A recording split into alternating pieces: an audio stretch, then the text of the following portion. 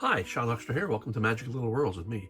Recently, I've been talking about MrBeast Lab Animation, which is a really fun series. It's so far it's 4 episodes as of this taping, although as of this viewing, there's probably been a lot more. They are short animations, but they are chapters. So they start with episode 0, which is not a trailer like it's called. It's actually episode 0. It begins and sets up the premise for the first episode, and it leads right into the first episode. And then in each episode after that, we have Panther trying to rescue Jimmy from the Shroud creatures, which kidnapped him in episode 0. And then he meets Beastbot, who is the head of security for MrBeast Lab. And then they release Silverbite from a mutation chamber. And then they begin to fight the Shroud. But then he loses his upper half of his body, like so, in slow motion. And then he gets Battle Banana to put him back in the hyper chamber, where an accident happens, as often apparently happens when Banana's in charge, and out comes Arachno Ape.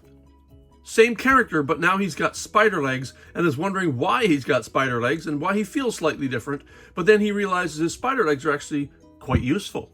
And then in the next episode, we meet Spike and Sprout, who are infected by the Shroud, and all these swarms have become zombies, or as Banana would like you to call them, swarmbies. Don't forget, that's his. And then so they rescue Spike and Sprout. He becomes benevolent. He gets a tentacle.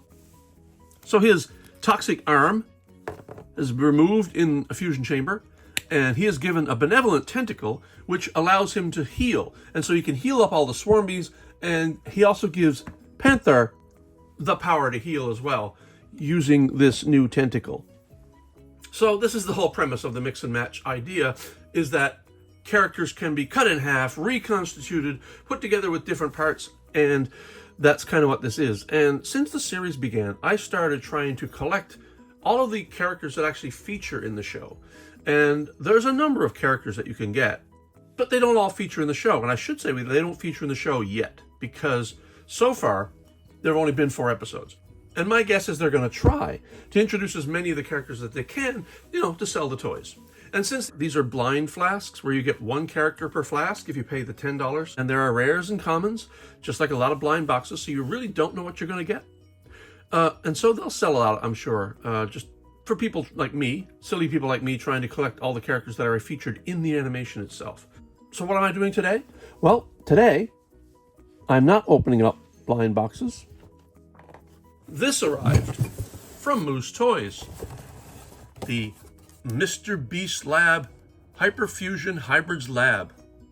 This is the large pack of 5. Now, I already did a large pack of 5, but it was the Lava and Frost, or Fire and Ice version, and it featured 5 characters, all of which kind of had a fire and ice theme. So we're going to be opening this beast, pardon the pun. This is MrBeast Lab Hybrids, much like the Fire and Ice one I did a while ago. 5 mix and match action figures inside from the Hyperfusion series. This, unlike the blind box, is a specific set of characters. We are going to get Mega Torso Panther, plus you also get a 1 in 8 chance of finding the Golden Hyperbeast. That's this one. So we get the Hyperbeast. We're going to get Wildfire. We're going to get Iceberg Rockhide. We're going to get Toxic Spike and Sprout. And we are going to get Echo Wing. Now, Toxic Spike and Sprout looks more like the Spike and Sprout after he's been cured, rather than the darker version, which is more like what he was like when they encounter him at first and he's been taken over by zombies. And of course, you can mix and match all these into your own freaky character, which is great. But the other thing is, Echo Wing appeared in episode 4, which was when I shoot this, was the most recent one released. Also, Iceberg Rockhide is an ice version of the Rockhide we already have. Wildfire, I'm pretty sure, is going to be a version of the Panther we already have. And so these are mostly versions. This is a new one. I don't have this one yet. There is a chance to get the Gold Hyperbeast, but that's a 1 in 8 chance. And when it comes down to it, I have never pulled one of these rare chances, ever. So let's get to opening.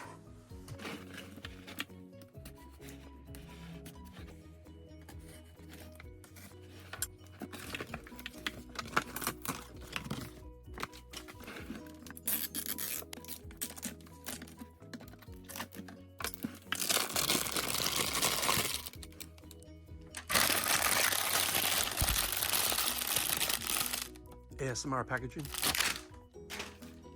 Unscrew the cap, and let's start putting out bags. We get not 1, not 2, not 3, not 4, not 5, not 6, not 7, not 8, not 9, not 10, not 11, not 12, not 13, but 13 bags.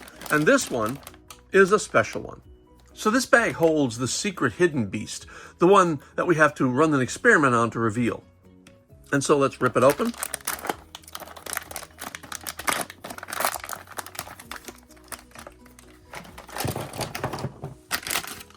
Dump out all the parts, and let's have a look at them. So we've got an arm, and we know what the character's going to look like, but we don't know what color. Is he going to be a standard color, or is he going to be gold? Last time I did one of these, I made the mistake of not removing the head and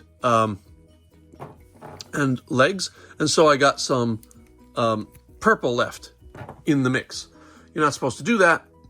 These are supposed to go in. Now, what you have to do is you pour in water up to this level here, and throw these in, and they transform.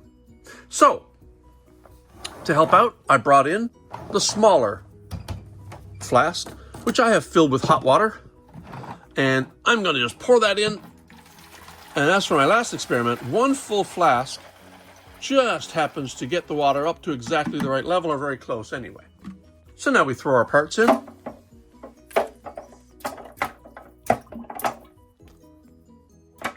And put the cap on. We cover it with our hand, and we stir like crazy.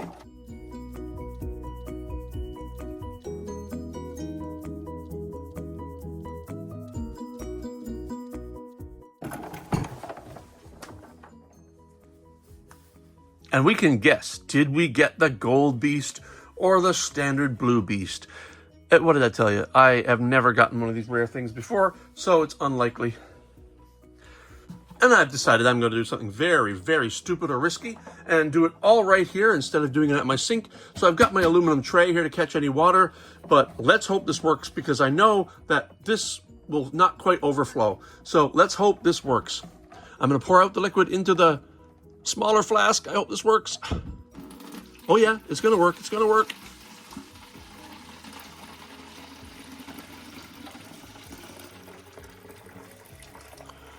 Whoa! Almost overflowed, but that's just foam from the chemical reaction. And what did we end up with? Did we get the gold beast? Of course not. And so let's pour out our creature pieces and wipe them down. So let's put our character together. We have the legs, the torso, a large torso because he's got 4 arm ports instead of just the 2, and a head.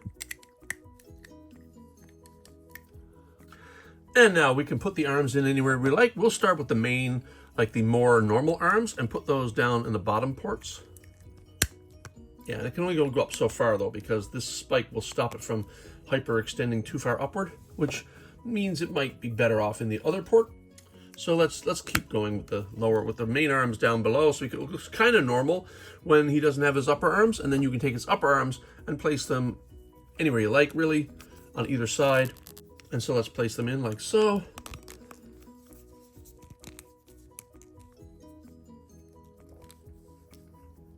And the other arm. And these are the arms, by the way, of Rotblade.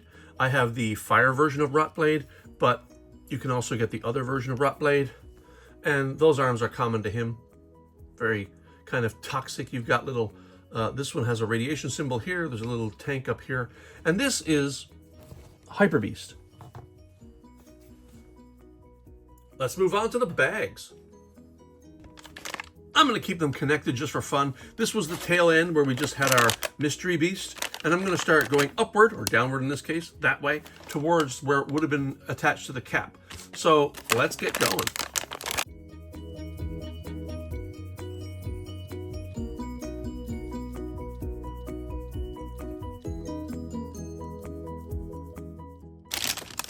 Then we can rip these off now that we're done with these. Legs and the torso. And let's attach the head. And the arm. And another arm. And we have Wildfire. Pretty cool looking beast. I do love my translucent beasts, my translucent characters, and he's really cool.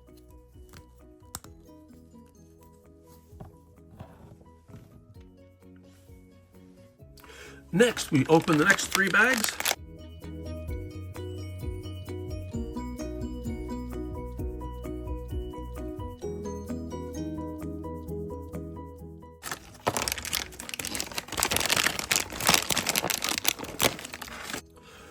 So we've got the lower legs, one of which looks to be cybernetic, while the other is more organic.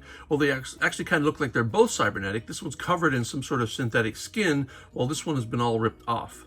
But it's very much a cybernetic character. And we've got the torso with a bat wing sort of situation going on here, which is a bit of a hint. And then we have a bat head, which is a bit of a hint. Correct? And then we have the arms. So we've got this arm with a bat wing attached. And the other arm. And we have Echo Wing. Now, Echo Wing makes his first appearance in episode 4. And here he is. Very much the bat. There's jokes in there about Batman. In fact, they say, "Oh, you look like a Batman." And he says, "You can't say that." And one of the characters says, "Pretty sure you can't say that." And the other says, "I'm pretty sure you can only just not show the symbol." And then later they call him the man who is a bat. So he is a very passive character in the show. He does not want to get involved. He's just chilling out in a hypermutation chamber, and they kind of interrupt his sleep because there's ice Shroud characters everywhere, and he just doesn't want to get involved. And so he lets the rest of the characters fight, but then he does eventually get involved. And he's just a great character to have around. Here we go. Continuing. Beast number 4.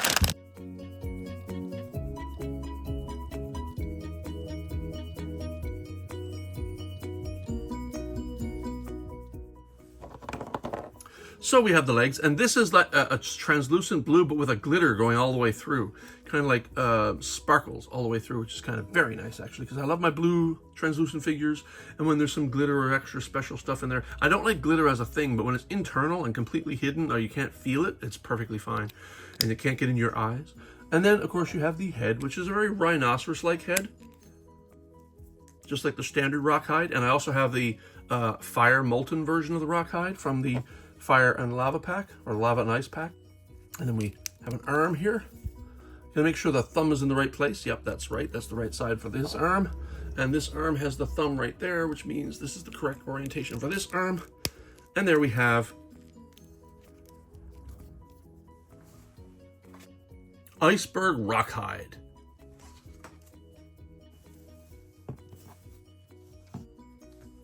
Last character.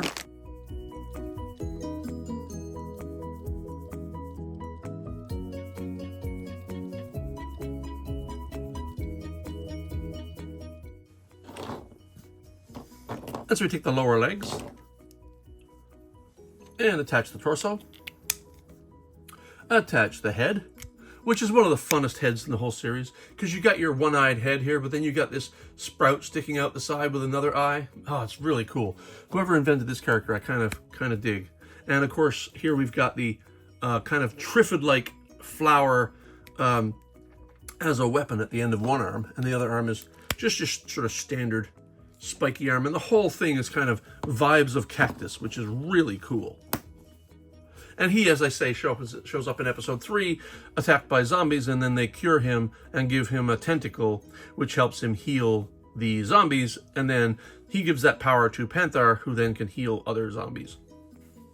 And so these are the MrBeast Hyperfusion series characters we get from the Hybrid Mega Pack. And so for all of these, and we look forward to seeing more of these characters show up in the animation in the future. But for all of these, this has been Sean Huxter. This is Magical Little Worlds, and we'll see you all later. Good night.